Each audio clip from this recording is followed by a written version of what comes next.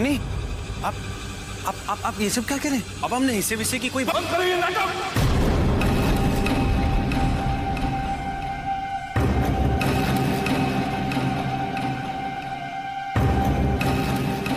तुम लोगों को हिस्सा चाहिए,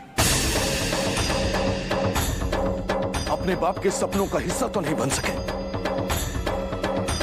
आज मेरे बेटों को जायदाद का हिस्सा चाहिए।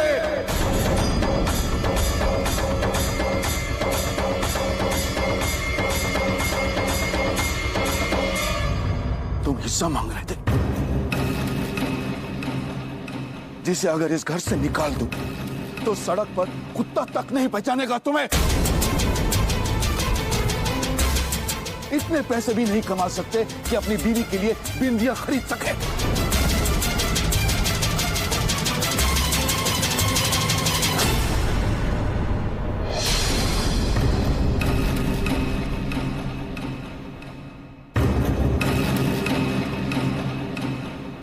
और तुम पुराने टाइपराइटर जैसी नकारा अकल है तुम्हारी। पूरा एपिसोड देखिए ZEE5 पर।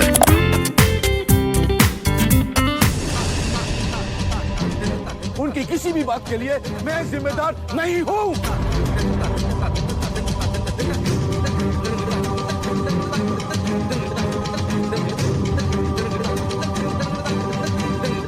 एक और बात लिखो, मैं उनको 15 दिन की मोहलत देता हूं।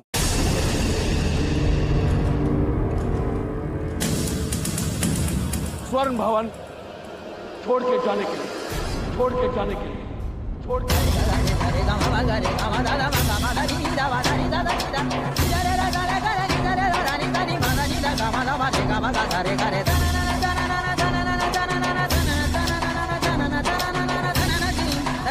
लाओ, मैं साइन कर देता हूं।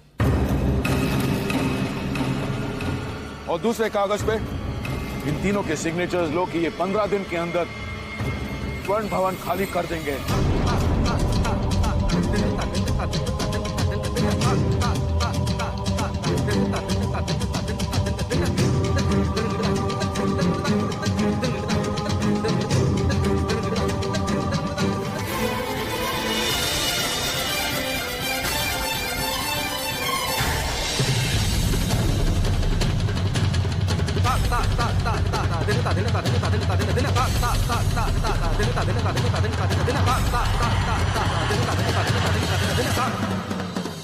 तुम हिस्सा मांग रहे थे ना? जानते हो तुम्हारे हिस्से में क्या है? दर दर की ठोकरें।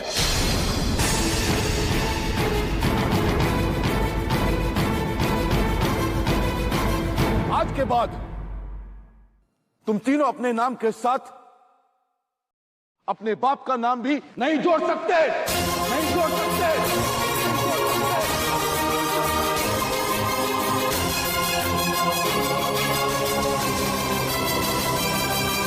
Is that understood?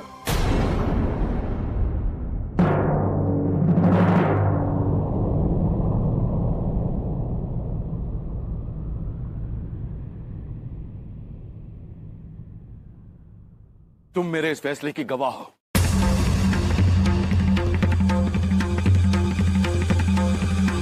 साइन करो, साइन करो।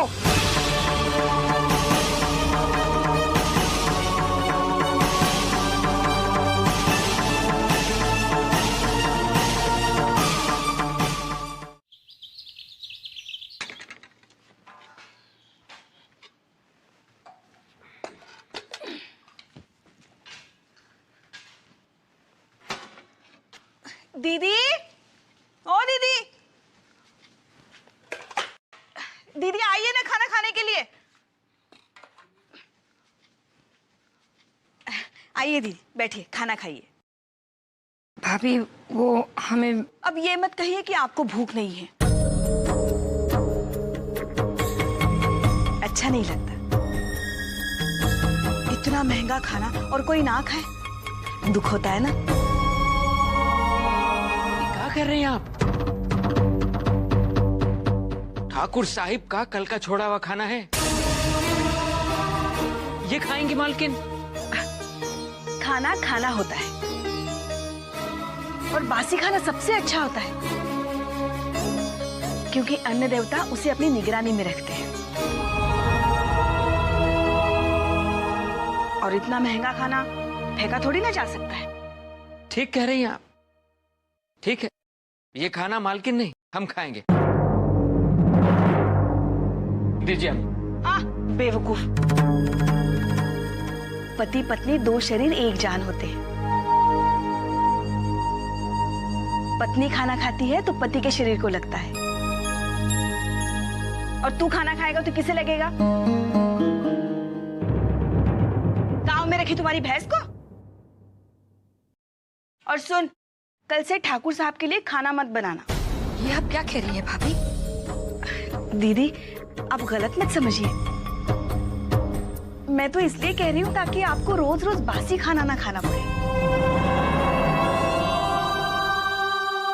कहीं आप बीमार पड़ गई तो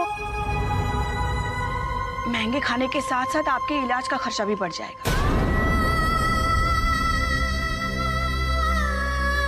खाइए।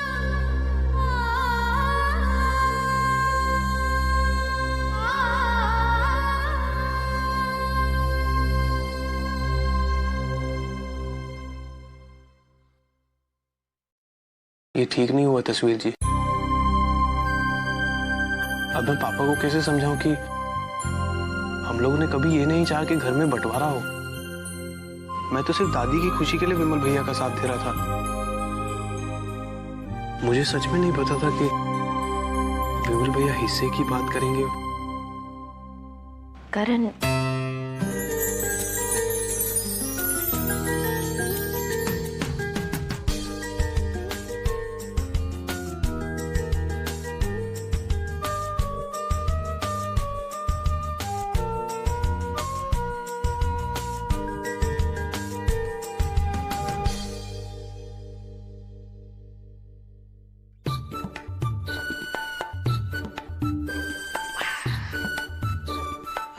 दीदी, आप लोगों के लिए डिब्बे भेज रही है ना, तो मेरे लिए भी खाने की थाली लगा दीजिए। पता नहीं क्यों आज बहुत जल्दी भूख लग गई मुझे। हाँ, अब जी ला रही हूँ। जल्दी लाइए ना। ला रही हूँ भाभी।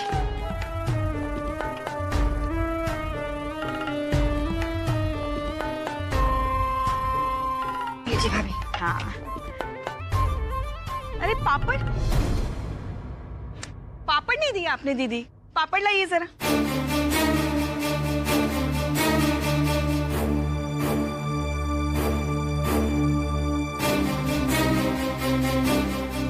जी भाभी। हाँ, दूसरा लाइए।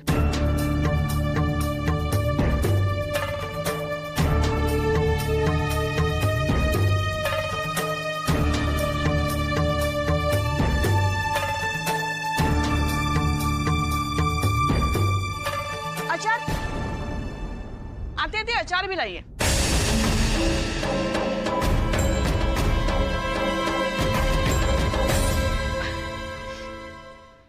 अच्छा ठीक है, मैं आपकी कुछ मदद कर लेती हूँ। आप ऐसा कीजिए, आप डिब्बों में दाल भर दीजिए, तब तक मैं सब्जी भर देती हूँ। ठीक है?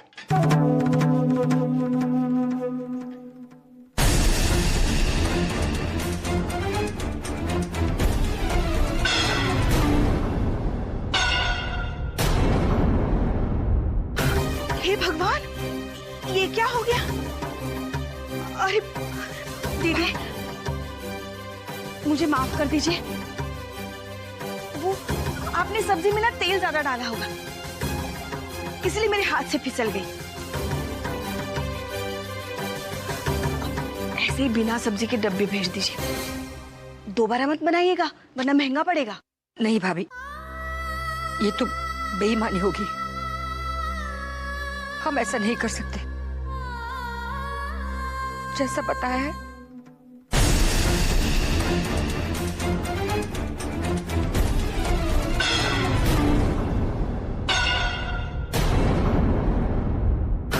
हे भगवान, सॉरी दीदी, मुझे माफ कर दीजिए। वो आपने सब्जी में ना तेल ज्यादा डाला होगा, इसलिए मेरे हाथ से फिसल गई। मुझे तो लगता है आप इस धंधे में कमाएंगे कम, गवाएंगे ज्यादा।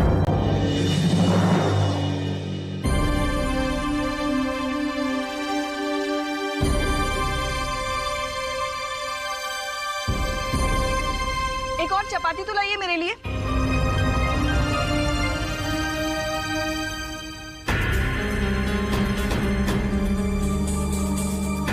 आज महीनों बाद पेट भर के खाने को मिला है, वरना हमेशा बचा कुचा खाना। थोड़ा दाल भी लाइए। जाओ जाके बहना की मदद करो। राघव भैया, तुमने सुना नहीं मैं क्या कह रहा हूँ? उठो।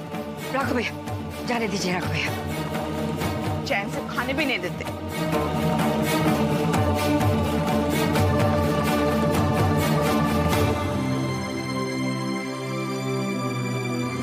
बहना, शीतल की बेवकूफियों के लिए मैं आपसे माफी मांगता हूँ। नहीं राघव भैया, हमें भाभी की बात का बिल्कुल बुरा नहीं लगा। हमें तो अफसोस इस बात का हो रहा है, हम बाहर के लोगों को खाना खिला रहे हैं, लेकिन ठाकुर साहब उन्होंने कल से कुछ भी नहीं खाया है। आप चिंता मत कीजिए बहना, मैं कोशिश कर रहा हूँ किसी तरह ठाकुर साहब के चेहरे पर मुस्कान आ जाए। जब कोई ठाकुर साहब की किताब छापने वाला मिल जाएगा तब सब ठीक हो जाएगा। मामा जी, आपकी इस कोशिश में हम अगर कुछ भी कर पाए तो हमें जरूर बता दीजिएगा। बेटा, बेटा तू जाके हाथ मुंह धो ले, मैं तेरी मामी को चाय के लिए कहता हूँ।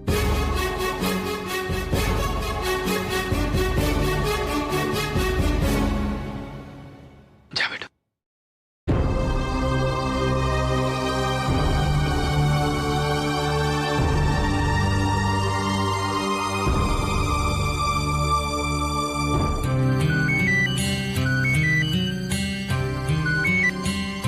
हेलो। तस्वीर जी, हमने आपसे कहा था ना, प्लीज हमें फोन मत करिए। सॉरी तस्वीर जी, लेकिन जो रास्ता दिखाता है उस पे चलने का तरीका भी तो वही बताता है ना। अब आपने कह दिया पापा से बात कर लो, लेकिन क्या बात करूं? पापा आपके हैं, आप बेहतर जानते हैं उनके बारे में कि उनके साथ क्या बात करनी चाहिए और क्या नहीं। जानता तो हूँ पर डरता भी हूँ ना।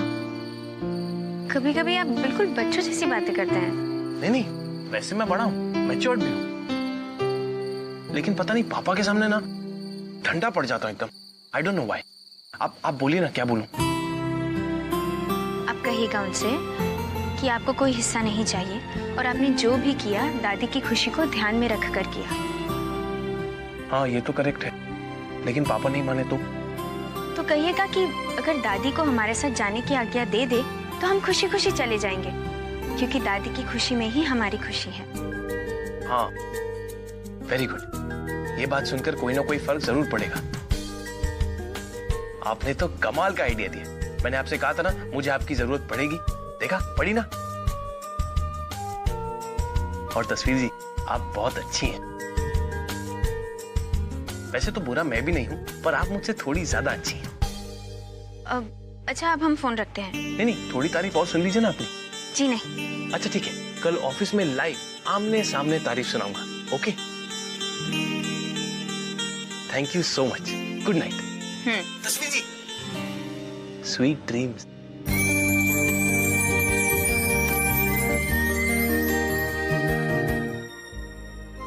हमें आपकी जायदाद से या स्वर्ण भवन से कुछ नहीं चाहिए। हम बस दादी को दुखी नहीं देख सकते।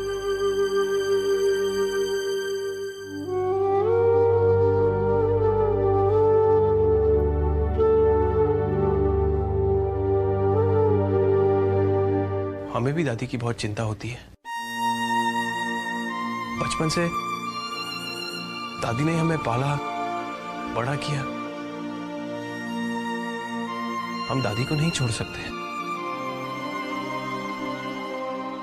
इसलिए हम लोग चले जाएंगे दादी को साथ लेकर।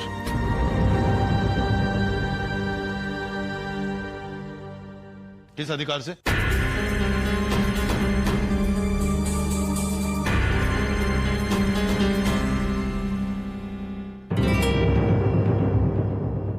किस अधिकार से ले जाओगे? अम्मा कहीं भी नहीं जाएंगी, मेरे साथ रहेंगी, समझे? पापा आप सही कह रहे हैं, दादी पे पहला अधिकार आपका ही है, लेकिन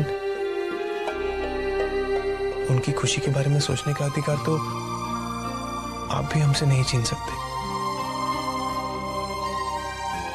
वो हमारी भी दादी हैं पापा, हम भी उन्हें बहुत प्यार करते हैं।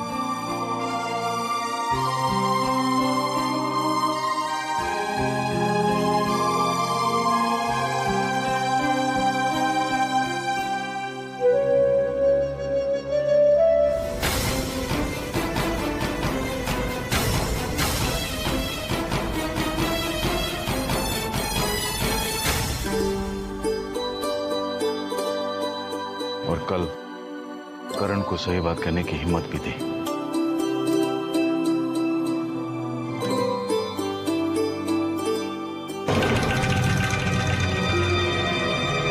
थैंक यू सो मच तस्वीर। मेरे परिवार के लिए इतना कुछ करने के लिए तुम्हें इनाम जरूर मिलना चाहिए।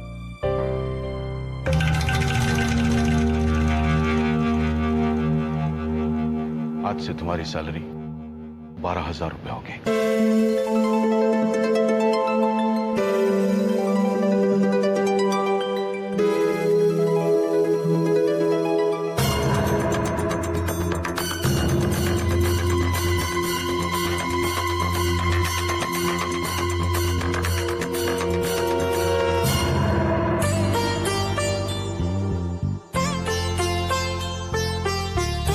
Thank you sir, thank you so much.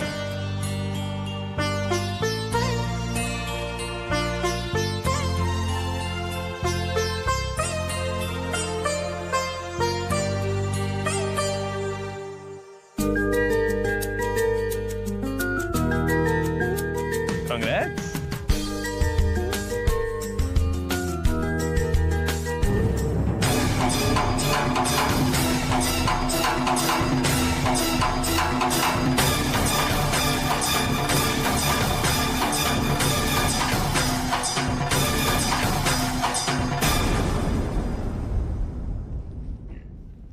तस्वीर जी,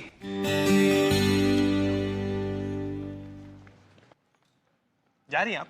जी, हम भी चलेंगे आपके साथ। आप कहाँ जाएंगे? आपके साथ कॉफी पीने। हम तो घर जा रहे हैं। हाँ तो घर जाने के पहले कॉफी पी लीजिए ना, ऑफिस की थकान भी उतर जाएगी, है ना? तस्वीर जी, असल में हम आपको थैंक यू कहना चाहते हैं, इसीलिए कॉफी पिलाना चाहते हैं, वो भी मेरे पैसों की। सॉरी वीर भैया, हम नहीं आ सकते। तस्वीर जी, हमारी खुशियों के लिए चलिए ना। तस्वीर जी सोचिए, कितनी बड़ी अनहोनी होने से रह गई इस स्वर्ण भवन में। ये स्वर्ण भवन जुआ घर, बार बनने से रह गया आपकी वजह से ना। तो इस सुकून को सुकून से कॉफी पी के सेलिब्रेट करते हैं ना। थैंक यू तस्वीर जी, मानने के लिए। नहीं वीर भैया, हम माने नहीं हैं। तो इस वीर भैया के लिए मान जाइए ना। ये बहुत अच्छा डिसीजन लिया। चलिए चलिए, बाजू में कॉफी शॉप खुला, वहां चलते हैं।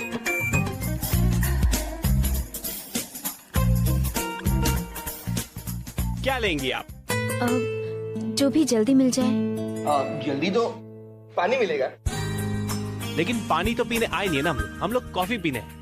तो 3 कैपेचिनो फटाफट हेजलनट फ्लेवर। आपको पता है तस्वीर जी, मुझे जब भी किसी को थैंक यू कहना होता है ना, तो मैं उसे कॉफी पिलाने ले आता हूं। तस्वीर जी, हम आपको मेरे पैसों से कॉफी इसीलिए पिलाने आए हैं, ताकि आपको थैंक यू कह सके।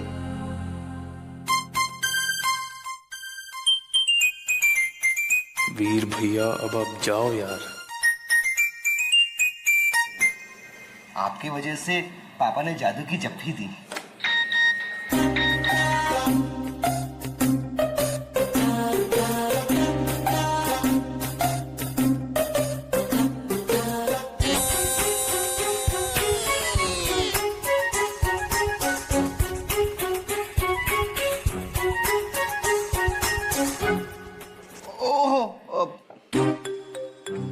पापा ने बुलाया है, कुछ जरूरी काम है, मुझे जाना होगा। करण, तू मेरी कॉफी पी लेना। हाँ भैया, आप फिक्र मत कीजिए, ऐसे ही टाइम पे तो भाई भाई के काम आता है ना। आप जाइए।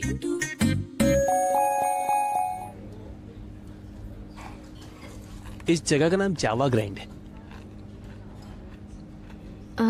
हमने पढ़ा बाहर। अच्छा,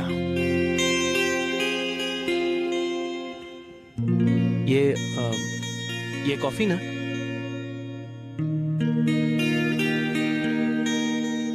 मतलब आप जो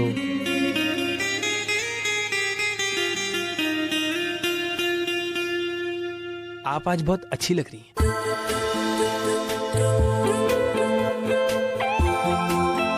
नहीं, अच्छी आप रोज लगती हैं, आज भी बहुत अच्छी लग रही हैं।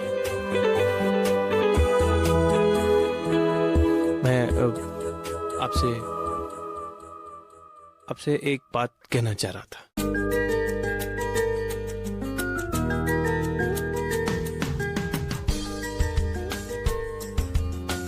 मुझे आपसे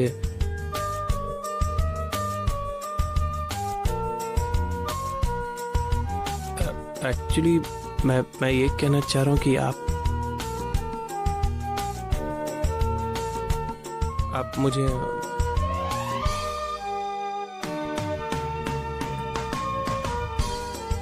मेरा मतलब है कि जब से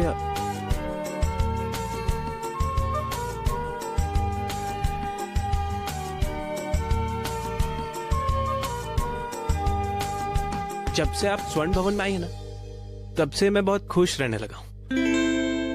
खुश रहना तो अच्छी बात है ना? हाँ।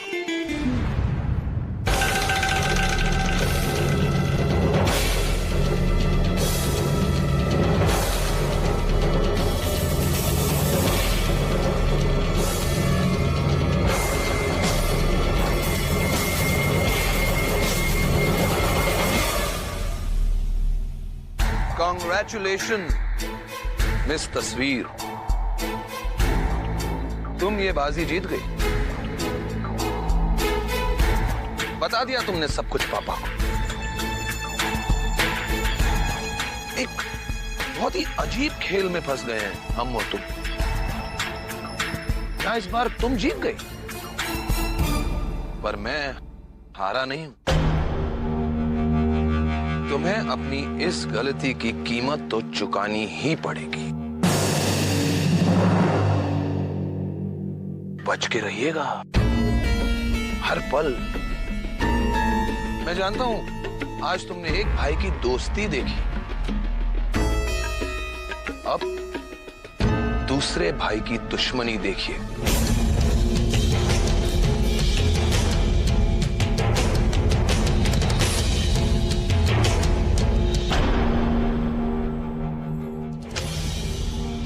तस्वीर,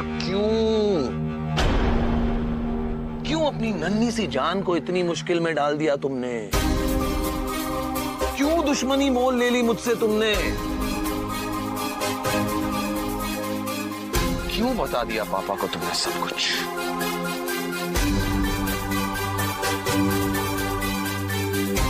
हमने उनका नमक खाया है। क्या? आभा की शादी हमसे बिना पूछे पक्की कर दी? जी मालकिन, और आने वाले रविवार को लड़के वाले शगुन लेके आए थे।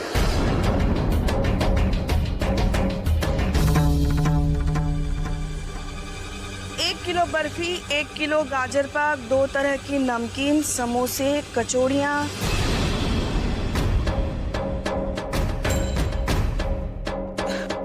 अब लड़के वाले आ रहे हैं तो इतना तो मंगवाना ही पड़ेगा ना।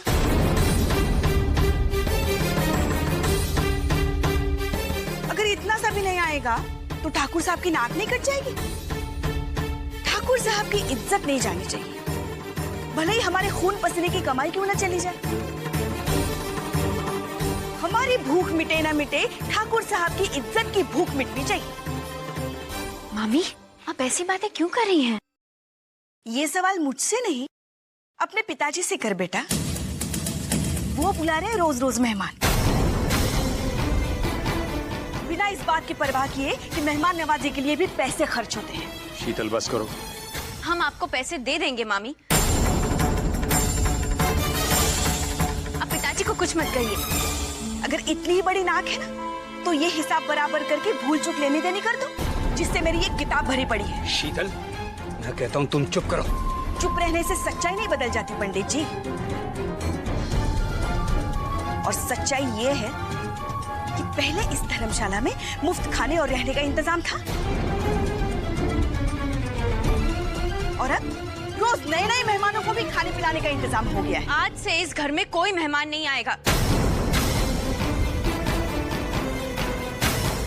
मजबूरियों की जंजीर अगर हम सबके पाँव में ना बंधी होती ना मामी, तो हम आपकी चौखट पे कदम।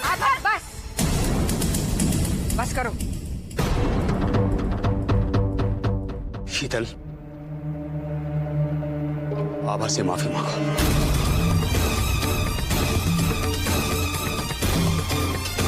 रहने दीजिए राघव भैया। बहन आप चुप रहो।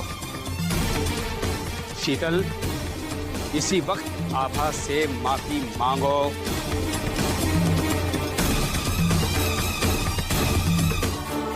हमने हमेशा आपकी बात मानी है, पर आज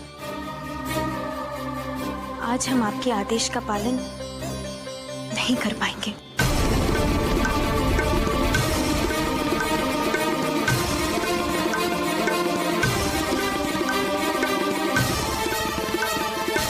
हम ये शादी नहीं कर सकते।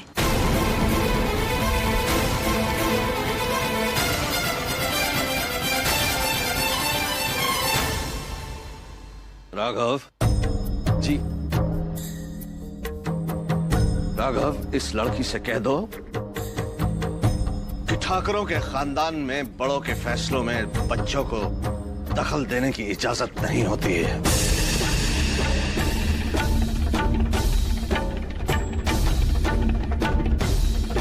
अब इस रिश्ते की बात टाली नहीं जा सकती। पर ये शादी भी संभव नहीं है पिताजी।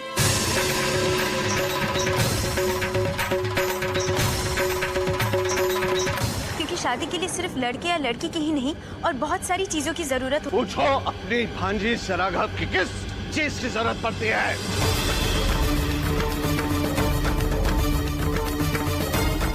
पैसों की?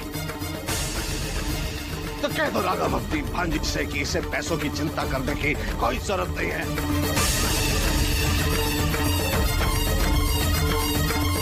हमारी बात हो गई है। लड़के वाले शादी का सारा खर्चा उठाने को तैयार है।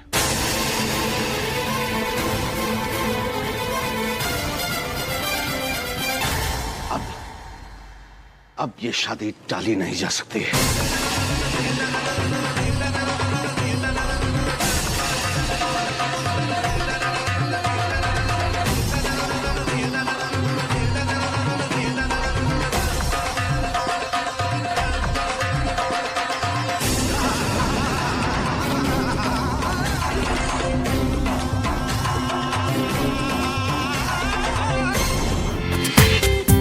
पूरा एपिसोड देखिए ZEE5 पर।